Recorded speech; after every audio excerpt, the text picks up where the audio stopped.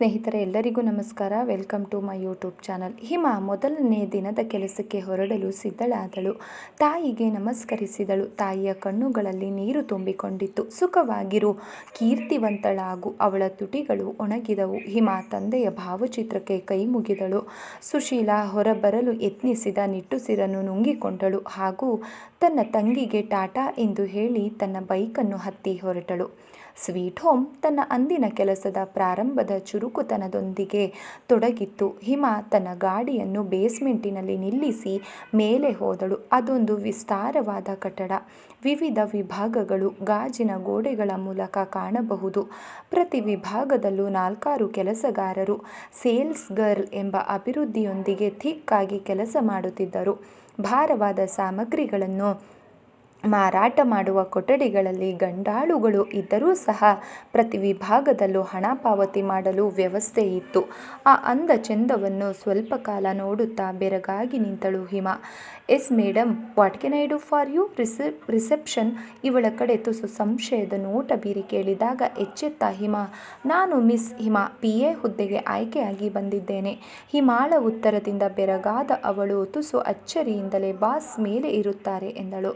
ಗೊತ್ತಿದೆ. ಹಿಮ ಮೆಟ್ಟಿಲುಗಳನ್ನು ಹತ್ತಿ ಮಹಡಿಗೆ ಹೋದಳು. ವಿಸಿಟರ್ಸ್ ಕೋಣೆಯನ್ನು ದಾಟಿ ಒಳಗೆ ಹೋದಾಗ ವಿಸ್ತಾರವಾದ ಕೊಠಡಿಯಲ್ಲಿ 5 ಜನ ತಮ್ಮ ತಮ್ಮ ಕೆಲಸದಲ್ಲಿ ನಿರತರಾಗಿದ್ದರು. ಆಫೀಸ್ ಎಂಬ ಫಲಕವನ್ನು ಹೊತ್ತ ಆ ಕೋಣೆ ಅವರೆಲ್ಲರಿಗೂ ಗುಮಾಸ್ತರೆಂದು ಸೂಚಿಸಿತು.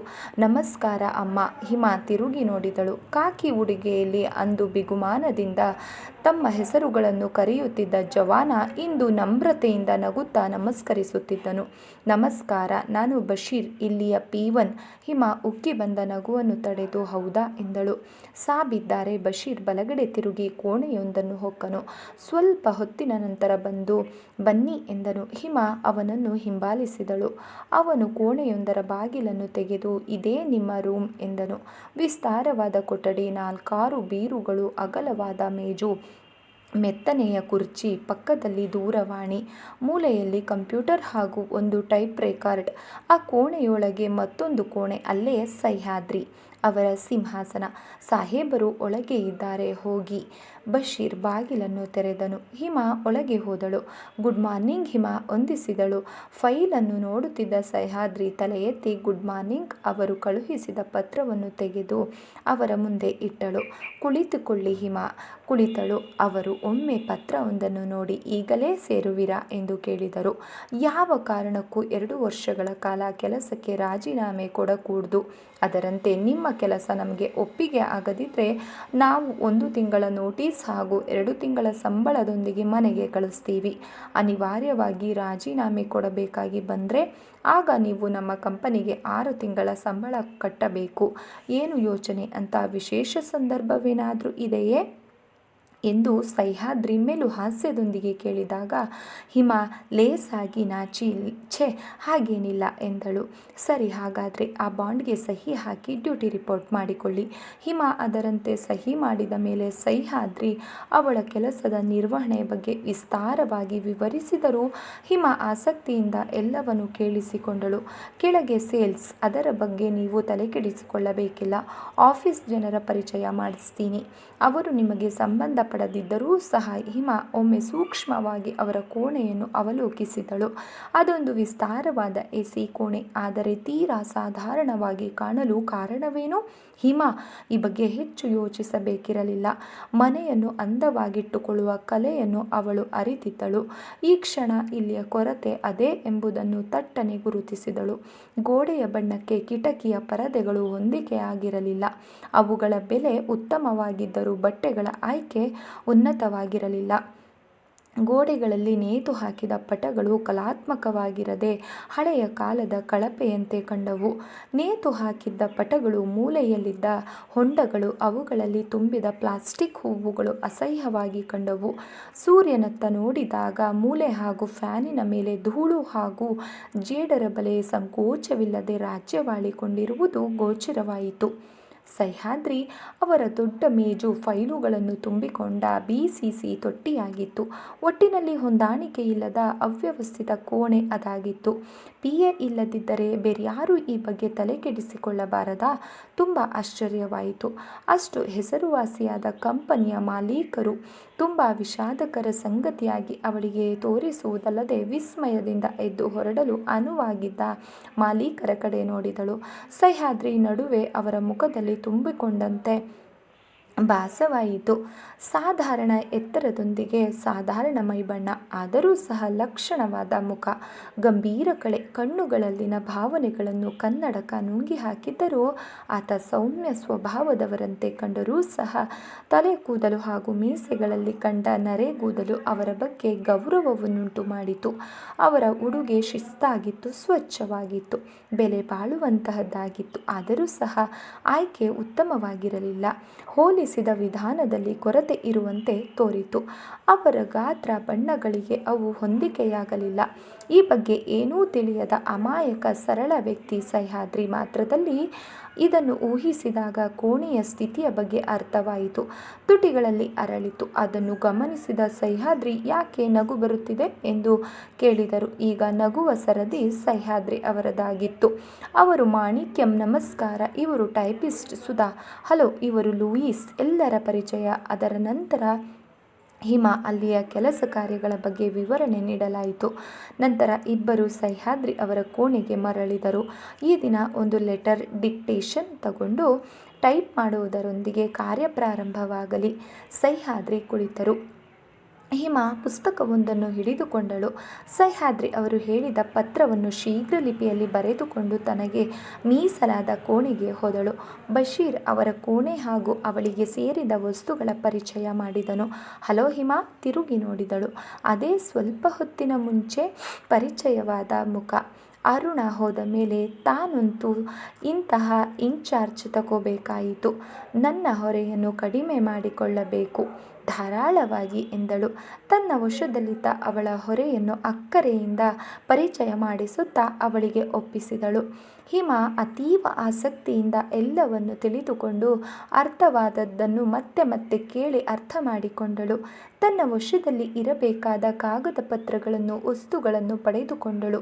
ಎಲ್ಲವೂ ಮುಗಿದ ಮೇಲೆ ಪ್ರಭಾ ನಿರಾಳವಾಗಿ ಉಸಿರು ಬಿಟ್ಟು ಸಂತೋಷದ ನಗೆ ಬೀರಿ ಮಧ್ಯಾಹ್ನ ಊಟಕ್ಕೆ ನಮ್ಮ ಜೊತೆ ಬರ್ತೀರಾ ಎಂದು ಕೇಳಿದಳು. ಹಿಮಾ ಒಂದು ಕ್ಷಣ ಯೋಚಿಸಿದಳು. ಕೆಲಸ ಪ್ರಾರಂಭಿಸುವ ಮುನ್ನ ತನ್ನ ಕೋಣೆಯನ್ನು ಒಪ್ಪವಾಗಿರಿಸಬೇಕೆನಿಸಿತು. ಬಶೀರ್, ಬಂದೆ ಮೇಡಮ್, ಇದನ್ನೆಲ್ಲ ಸರಿಯಾಗಿ ಜೋಡಿಸಬೇಕು.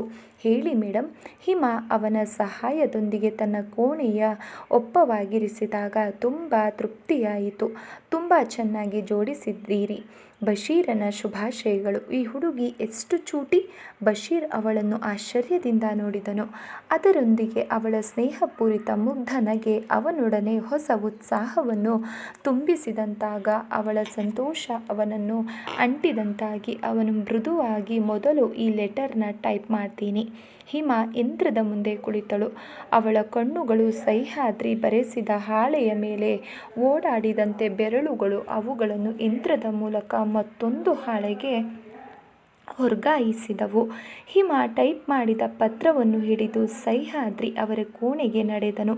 ಬನ್ನಿ, ಚಾರ್ಜ್ ತಗೊಂಡು ರೂಮನ್ನು ಸ್ವಲ್ಪ ಸರಿಪಡಿಸಬೇಕಾಗಿತ್ತು, ಹಾಗಾಗಿ ತಡ ಆಯಿತು ಎಂದಳು. ಅವಳ ಪತ್ರವನ್ನು ನೋಡಿದರು. ಎಲ್ಲೂ ತಪ್ಪಿಲ್ಲದೆ, ಅಳುಕಿಲ್ಲದೆ ಅವಳ ಕೆಲಸ ವೆರಿ ಗುಡ್. ಸಹ ನಿನಗೆ ಸಂತೋಷವಾಗಿರಬೇಕು. ಸಾಕಷ್ಟು ವಿಷಯ ಹೇಳಿದರು ಸಹ್ಯಾದ್ರಿ. ಸಾಧನ ವ್ಯಕ್ತಿಮಿತ ಭಾಷೆ, ಯಾರಿಗೂ ಕೆಡಕು ಮಾಡದಂತಹ ಉತ್ತಮಗುಳ್ಳವಳು. ಕೆಲಸಗಾರರನ್ನು ಪ್ರೀತಿ ಸ್ನೇಹದಿಂದಲೇ ಗೆದ್ದವರು. ಆದ್ದರಿಂದ ಅವರೆಲ್ಲ ಸದಾ ಅವರ ಸೇವೆಗಾಗಿ ಸಿದ್ಧರಾಗಿದ್ದರು. ಇದು ಅವರು ಅಲ್ಲಿಯ ಮಾಲೀಕರಿಗಾಗಿ ಅವರ ಪರಿಚಯ. ಇನ್ನು ಮನೆ, ಸಹ್ಯಾದ್ರಿಯ ಮನೆ ಆಧುನಿಕ ಹಾಗೂ ದೊಡ್ಡದಾಗಿತ್ತು. ಪತಿ ಪತ್ನಿಯರು ಸ್ನೇಹದಿಂದ ಬಾಳುತ್ತಿದ್ದರು. ಇಬ್ಬರು ಮಕ್ಕಳು 5ನೇ ತರಗತಿ ಓದುತ್ತಿದ್ದರೆ ಕಿರಿಯವರು 2ನೇ ತರಗತಿ ಓದುತ್ತಿದ್ದರು. ಒಟ್ಟಿನಲ್ಲಿ ಸುಖ ಸಂಸಾರದ ಒಡೆಯ ಆತ. ಹಿಮಾ ಎಲ್ಲವನ್ನು ಕೇಳಿಸಿಕೊಂಡರು. ತನ್ನದಾದ ಯಾವ ಅಭಿಪ್ರಾಯವನ್ನು ವ್ಯಕ್ತಪಡಿಸಲಿಲ್ಲ. ಅವಳು ಒಬ್ಬ ಸ್ನೇಹಜೀವಿ ಎಂಬ ವಿಚಾರ ಅಲ್ಲಿಯವರೆಗೆ ತಿಳಿದಾಗ ಅಂದಿನ ಪ್ರಾರಂಭದ ದಿನ ಸಂತೋಷದಿಂದ ಸರಿಯಿತು. ಸರ್, ಈ ಮಾತು ತುಸು ಅಳುಕಿನಿಂದ ಕರೆದಾಗ ಸಹ್ಯಾದ್ರಿ ತಲೆ ಎತ್ತಿ ನಸುನಗುಯೊಂದಿಗೆ ಏನು ಹಿಮ ಎಂದು ಕೇಳಿದರು. ಹಿಮ ಅಲ್ಲಿಗೆ ಸೇರಿ 4 ತಿಂಗಳುಗಳಾಗುತ್ತಾ ಬಂದಿತ್ತು. ಕೆಲಸದಲ್ಲಿ ಅವಳು ತೋರಿದ ಅಕ್ಕರೆ, ಅಚ್ಚುಗಟ್ಟುತನ ಹಾಗೂ ಚುರುಕುತನ ಸಹ್ಯಾದ್ರಿಯನ್ನು ಬೆರಗುಗೊಳಿಸಿತು. ಇಂತಹ ಒಬ್ಬ ಕೆಲಸದವರು ತಮಗೆ ದೊರಕಿದ್ದು ತಮ್ಮ ಅದೃಷ್ಟವೆಂದು ಸಂತೋಷಿಸಿದರು. ವಯಸ್ಸಿನ ಕಾರಣ ಅವಳಲ್ಲಿ ಹುಡುಗುತನವಿದ್ದರೂ ಸಹ ದಕ್ಷತೆಯಿಂದ ಅವಳು ಕೆಲಸವನ್ನು ನಿರ್ವಹಿಸುವುದರಿಂದ ಅದು ತಪ್ಪಾಗಿ ತೋರಲಿಲ್ಲ. ಸ್ನೇಹಜೀವಿಯಾದ ಅವಳು ಮಾತುಗಾತಿ. ಆದ್ದರಿಂದ ಅವಳ ಹುಡುಗುತನವು ಅವಳ ಬೆಡಗು ಬಿನ್ನಾಣಗಳಿಗೆ ಉತ್ತಮ ಹಿನ್ನೆಲೆಯಾಗಿ. ಖಂಡಿತ ಅವಳು ಕೆಲವು ಬಾರಿ ವ್ಯವಹಾರದ ವಿಷಯದಲ್ಲಿ ದೊಡ್ಡ ದೊಡ್ಡ ಗ್ರಾಹಕರನ್ನು ತನ್ನ ಮೋಡಿಯಲ್ಲಿ ಬಂಧಿಸುವುದನ್ನು ಸಹ್ಯಾದ್ರಿಯ ಸೂಕ್ಷ್ಮ ಬುದ್ಧಿ ಗ್ರಹಿಸಿತ್ತು. ಆದ್ದರಿಂದ ಅವರಿಗೆ ಅವಳಲ್ಲಿ ವಿಶೇಷ ಕರೆ ಉಂಟಾಗಿತ್ತು. ಈಗ ಸಹ ಅವಳು ಏನು ಗ್ರಹಣವಾದ ವಿಚಾರವಾಗಿ ಪೀಠಿಕೆ ಹಾಕುತ್ತಿದ್ದಾಳೆಂದು ಅರ್ಥವಾದಾಗ ಏನು ಹಿಮ ಎಂದು ಅಕ್ಕರೆಯಿಂದ ವಿಚಾರಿಸಿದರು. ತಾನು ಈ ಆಫೀಸಿಗೆ ಕಾಲಿಟ್ಟಾಗಲಿಂದ ಒಂದು ವಿಚಾರವಾಗಿ ನಿಮ್ಮ ಬಳಿ ಡಿಸ್ಕಸ್ ಮಾಡಬೇಕೆಂದು ಅವಳು ಅಪೂರ್ಣ ವಾಕ್ಯದೊಂದಿಗೆ ನಗೆ ಬೀರಿ ಅವರನ್ನು ನೋಡಿದಳು. ಏನು ವಿಷಯ? ನೀವು ತಪ್ಪು ತಿಳಿಯಲ್ಲ ತಾನೆ? ಅಂಥ ವಿಷಯ ಏನು ತುಂಬ ದೊಡ್ಡದೇನಿಲ್ಲ. ಹಾಗಾದರೆ ಸಂತೋಷ. ಯಾಕೆ? ಡೀಲರ್ಸ್ ಬಂದಾಗ ನಿಮ್ಮ ರೂಮ್ಗೆ ತಾನೇ ಬರಬೇಕು. ಹೌದು. ನಿಮ್ಮ ರೂಮ್ ಬಗ್ಗೆ ಯಾವತ್ತಾದರೂ ಯೋಚನೆ ಮಾಡಿದ್ದೀರಾ ಸರ್? ನಿಮ್ಮ ರೂಮ್ ಒಳಗಡೆ ಕಲರ್ಸ್ಗೆ ಸ್ಕ್ರೀನ್ ಮ್ಯಾಚ್ ಆಗ್ತಿಲ್ಲ. ಹೌದಾ? ಡ್ಯೂಟಿಗೆ ಸೇರಿದ ದಿನ ಗಮನಿಸಿದೆ. ಬಟ್ಟೆ ಬೆಲೆಯುಳ್ಳದ್ದು, ಆದರೆ ಬಣ್ಣ ಮತ್ತು ಡಿಸೈನ್ ಹೊಂದುವಂತಿಲ್ಲ. ಸರಿ, ನೀನೇ ಆರಿಸಿ ಬದಲಾಯಿಸು. ನಿಮ್ಮ ರೂಮನ್ನು ಸ್ವಲ್ಪ ಕ್ಲೀನ್ ಮಾಡಿ. ಇವೆಲ್ಲ ಮಾಡಬೇಕಾದ ಕೆಲಸ ನನಗೆ ಟೈಮ್ ಇಲ್ಲ ಎಂದರು. ಯಾಕೆ? ನೀವು ಪರ್ಮಿಷನ್ ಕೊಡಿ ಸಾಕು ಎಂದಳು. ಸಹ್ಯಾದ್ರಿ ನಗುತ್ತಾ, ಈವರೆಗೆ ಯಾರೂ ಇದರ ಬಗ್ಗೆ ಚಿಂತೆ ಮಾಡಿರಲಿಲ್ಲ ಎಂದಳು. ಅವರವರ ಟೇಸ್ಟ್. ಓಕೆ, ನನಗೆ ಏನೇನು ಬೇಕು ಧಾರಾಳವಾಗಿ ತಗೊಂಡು ನಿನ್ನ ಆಸೆ ಪೂರೈಸಿಕೊ. ಥ್ಯಾಂಕ್ ಯು ಸರ್ ಎಂದು ಹಿಮ ಉತ್ಸಾಹದಿಂದ ಎದ್ದಳು.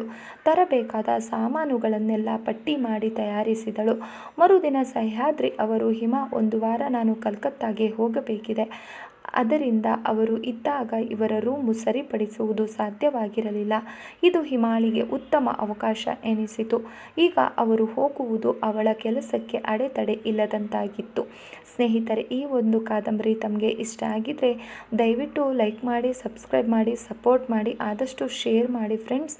ಪ್ರತಿಯೊಬ್ಬರಿಗೂ ಸಹ ಧನ್ಯವಾದಗಳು ಸ್ನೇಹಿತರೆ. ನಮಸ್ಕಾರ.